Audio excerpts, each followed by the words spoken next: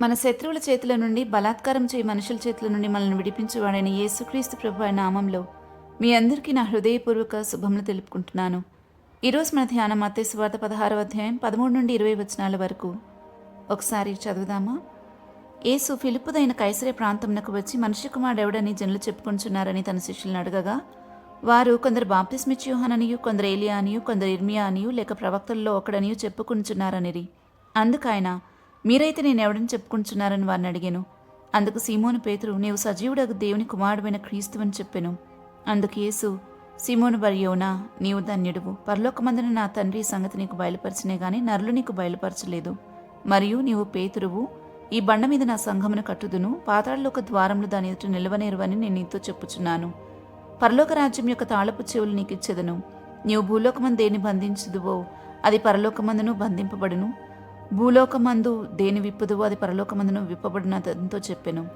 అటు పిమ్మట తాను క్రీస్తు అని ఎవరితోనూ చెప్పవద్దని ఆయన తన శిష్యులకు ఖండితముగా ఆజ్ఞాపించెను. మొదటిగా యేసుప్రభు వారు తనని గురించి మనిషి కుమారునిగా సంబోధించుకుంటూ అడుగుతున్నారు, మనిషి కుమారుడు ఎవడని జనులు చెప్పుకుంటున్నారు అని. అయితే శిష్యులు ఏమీ తిరిగి ప్రశ్నించలేదు, మనిషి కుమారుడు ఏంటి ప్రభువా అని. ఎందుకంటే వారికి అది సుపరిచితమైన సంగతే. వారందరూ చాలా బాగా అర్థం చేసుకున్నారు, మెస్సయ్య మనుష్య కుమారుడని పిలువబడతాడు అని. ఎందుకంటే దానియేలు తన పుస్తకంలో 7వ అధ్యాయం 13వ వచనంలో అంటున్నాడు, ఆకాశ మేఘారూఢుడై మనిషి కుమారుని పోలిన ఒకడు అని. దాని ప్రకారం చూస్తే ఆయన పూర్తిగా మానవ స్వభావం కలిగిన వాడే. ఇంకా హెబ్రీలకు రాసిన పత్రిక 2వ అధ్యాయం 16వ వచనంలో కూడా ఆయన అబ్రహాము సంతాన స్వభావం ధరించుకును అని రాయబడింది. అందుకే మనకింతగా హెల్ప్ చేయగలుగుతున్నారు. మనుషులు కలిగే ప్రతి శోధన, కష్టం, అవమానం అందరికన్నా ఎక్కువగానే భరించారు. ఆయన పొందిన హింస అయితే అది ఎవరితోనూ సమానం కాదు. అన్నిటినీ రుచి చూశారు కాబట్టి ప్రతి పరిస్థితిలో మనల్ని ఆదుకోగలిగిన వాడయ్యాడు. ఇది తెలియక చాలామంది ఈయన కూడా ఒక దేవుడని అందరితో కలిపేసుకుంటుంటారు.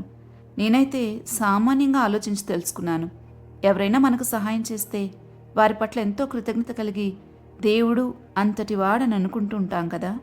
మరి మన పాపానికి శిక్షనంతా తానే భరించి మరణం నుండి మనల్ని తప్పించిన వానిని నిజమైన దేవుడు అవుతాడని మనం సామాన్యంగా అర్థం చేసుకోవచ్చు. ఆ తర్వాత ఆయన చెప్పిన ప్రతి మాటను అనుభవపూర్వకంగా రుచి చూసి నమ్మి విశ్వసించాను. అంతే. ఇది సాధారణంగా ఆలోచించిన అర్థమవుతుంది. వివాహం చేసుకునేటప్పుడు 4 సంబంధాలు వస్తే దానిలో ఎవరు ఉత్తముడో ఎన్నుకుంటాం కదా, కనీసంగా మనకు తెలిసినంతలో. అలాగే అందరిలో నుండి చూసి ఉత్తమమైన దానిని ఎంచుకోవటానికి ప్రయత్నం చేశాను.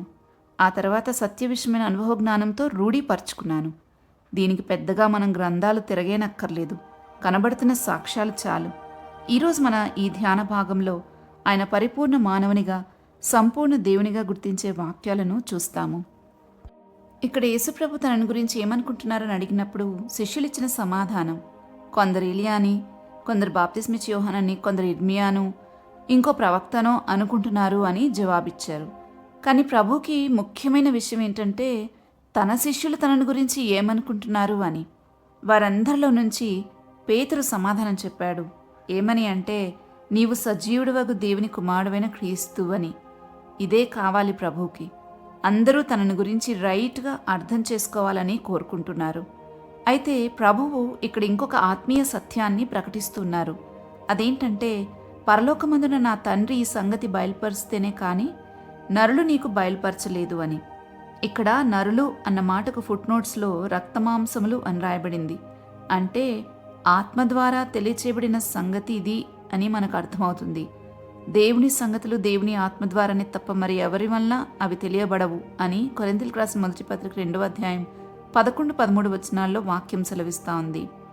ఇంకా ఈరోజు మన ధ్యాన భాగంలో 18వ వచనం చూస్తే ప్రభు ఇంకా పేతురుతో, నీవు పేతురువు, ఈ బండ మీద నా సంఘమును కట్టుదును, పాతాళలోక ద్వారములు దాని ఎదుట నిలవనేరువని నేను మీతో చెప్పుచున్నాను అని అన్నారు. సంఘం అనే కాన్సెప్ట్ను మొట్టమొదటిసారిగా ప్రభువు ఇక్కడ ప్రస్తావించారు.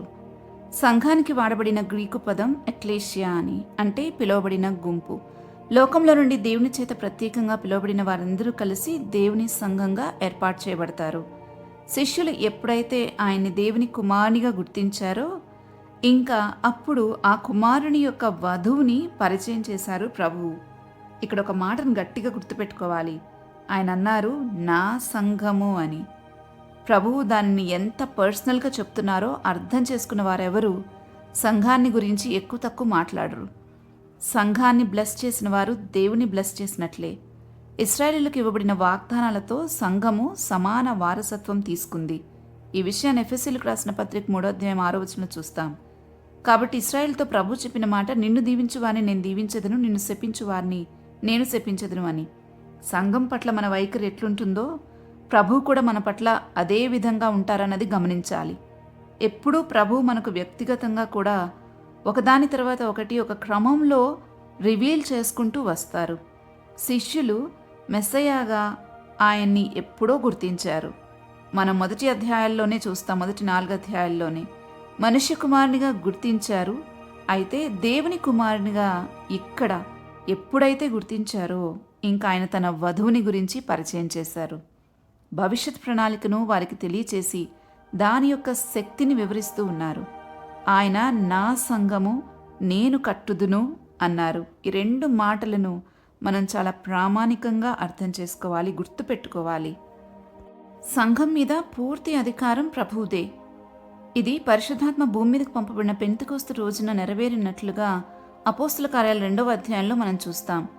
అయితే ఇక్కడ గుర్తించాల్సింది ఏంటంటే, పేతురుతో ప్రభు అన్న మాట నీ బండ మీద అని ప్రభు అనలేదు, కానీ ఈ బండ మీద అన్నారు. అంటే అతను ఏదైతే అర్థం చేసుకుని నువ్వు సజీవుడైన దేవుని కుమారుడైన క్రీస్తు అని చెప్పారో ఆ ఒప్పుకోలు మీద, ఆ క్రీస్తునే బండ మీద అని అర్థం. పేతురు అనే బండ మీద అని కాదు.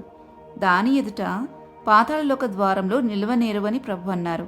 దానికి పరిపూర్ణమైన సాక్ష్యం ఏంటంటే, పేతురు చెరసాల్లో వేయబడ్డాడు చంపబడటానికి. సంఘమంతా అత్యాసక్తితో ప్రార్థిస్తూ ఉంది. అప్పుడు దేవుని దూత వచ్చి పేతురుకున్న సంఖ్యలను తెంపి చెరసాలలో నుండి బయటకు సంఘం దగ్గరకు నడపడం అపోస్తుల కార్యాలు 12వ అధ్యాయంలో మనం చూస్తాం. ప్రభువు పలికిన ఏ మాట అయినా అది శరీరరీతిగా ఆత్మరీతిగా నెరవేరుతుంది. అందుకే యేసుప్రభు అంటారు, దేవుని రాజ్యం నిమిత్తమై దేనినైనా విడిచిపెట్టిన వాడు ఇహమందు చాలా రెట్లు పరమందు నిత్యజీవం పొందకపోరని లూకాసు వార్త 18వ అధ్యాయం 29-30 రాయబడింది. ఆ తర్వాత 19వ వచనంలో, అంటే ఈరోజు మన వాక్య ధ్యానంలో ఈ 19వ వచనంలో, పరలోక రాజ్యం యొక్క తాళపు చెవులను నీకిచ్చిదనని, నీవు భూలోకమందు దేన్ని బంధించదువో అది పరలోకమందును బంధించబడును, భూలోకమందు దేన్ని విప్పుదువో అది పరలోకమందును విప్పబడునని పేతురుతో చెప్పడం మనం గమనిస్తాం. ఈ మాట ద్వారా మనకు అర్థమవుతుంది భూలోకంలోని సంగతుల మీద సంఘానికి దేవుడు ఎంత అధికారం ఇచ్చారో అని. సంఘానికి అధికారం ఇచ్చారు కదా అని ఏది పడితే అది బంధించేసి ఏది పడితే అది విప్పేసి అలా కాదు. పరిశుద్ధాత్మను నడిపించకుండా సంఘం ద్వారా ఏది జరిగినా అది ఆయన వధువుగా ఉండే అర్హత కోల్పోతుందని గమనించాలి. చీకటి శక్తుల ప్రభావాన్ని బంధించగలిగిన అధికారాన్ని సంఘానికి ప్రభు ఇచ్చారు. అది సంఘం యొక్క బాధ్యత కూడా. ప్రభు యొక్క శిష్యులుగా తయారు చేయడం, బూదిగంతముల వరకు సువార్త ప్రకటించడం సంఘం యొక్క బాధ్యత. అంతేకాదు, సంఘం దేవుని చేత పోషించబడాలి, సంరక్షించబడాలి కూడా. అది దేవుని చేతే జరగాలి, ఏ మానవులో లేకపోతే ఈ లోకంలోని అధికారులో కాదు. ఈ విషయాన్ని పౌలు ఎఫెసీయులకు రాసిన పత్రికలో రాస్తూ ఉన్నాడు. వీటన్నిటినీ అర్థం చేసుకుంటే దేవుడు మనల్ని పిలిచింది శక్తిహీనులుగా ఉండడానికి కాదు, కానీ మనల్ని నీతిమంతులుగా, శక్తిమంతులుగా, ప్రపంచాన్ని నడిపించగలిగే వారిలాగా ఉండడానికే మనల్ని పిలిచారు. మనలో ఉన్నవాడు లోకంలో ఉన్నవాని కంటే గొప్పవాడు. ఆయన మనల్ని ఎంతో శక్తివంతులుగా తీర్చిదిద్దుతాడు. లోకంలో అందరూ తిడితే తిరిగి తిడతారు, కానీ మనమైతే దాన్ని భరించే శక్తినిచ్చాడు, మౌనంగా ఉండే శక్తినిచ్చాడు, ఓర్పునిచ్చారు, దేన్నైనా సహించగలిగే గొప్ప శక్తితో మనల్ని నింపుతున్నాడు. మనం ఈ లోకంలోకి ఏమీ తేలేదు, ఏమీ తీసుకుపోము కూడా. కానీ మనం మనతో తీసుకువెళ్ళేది మన క్రియలనని ప్రకటన పుస్తకంలో చెప్పబడినట్లుగా మన క్రియలు దేవునికి అనుకూలంగా ఉంటే మంచి పోరాటం పోరాడినట్లే. మంచి బహుమానం కోసం మనం ఎదురు చూస్తూ ఉండొచ్చు. ఈ లోకంలో అందరి సక్సెస్ కొలవబడేది డబ్బుతోనే, సాధించిన వాటితోనే. మన సక్సెస్ అయితే కొలవబడేది అంతవరకు సహించటంతో.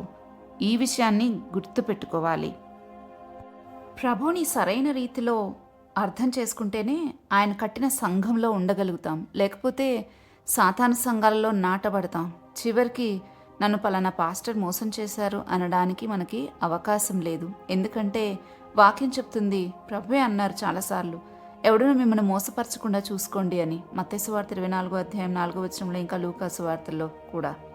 కాబట్టి ప్రభువును ఆయన ఏమై ఉన్నాడో దాన్ని బట్టి మనం అర్థం చేసుకుంటేనే మనం బాగా కట్టబడినట్లు. లోకంలో కొందరు ఆయన్ని ఒక ప్రవక్త అనుకుంటారు, కొందరు ఆయన్ని దేవుళ్ళతో పాటు ఈయన కూడా ఒకడు అనుకుంటారు, మరికొందరు ఆయన్ని ఒక వెలిగించబడిన వాడు అనుకుంటారు. ఎవరేమనుకున్నా దేవుని చేత పిలువబడిన నీవేమనుకుంటున్నావో ప్రభువుకి అది ముఖ్యం. నువ్వు ఆయన్ని అర్థం చేసుకున్న దాన్ని బట్టే ఆయన పట్ల నీ వైఖరి ఉంటుందని అర్థం చేసుకోవాలి. దాన్ని బట్టే మన రివార్డ్ కూడా ఉంటుంది. ప్రార్థన చేసుకుందామా?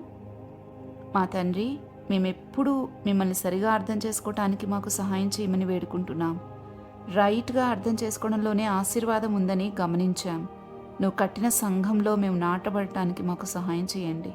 ఈ ధ్యానంలో మేము ఇంకేదైనా మిస్ అయి ఉంటే వాటిని కూడా మాకు నేర్పించమని ప్రార్థిస్తూ ఉన్నాం.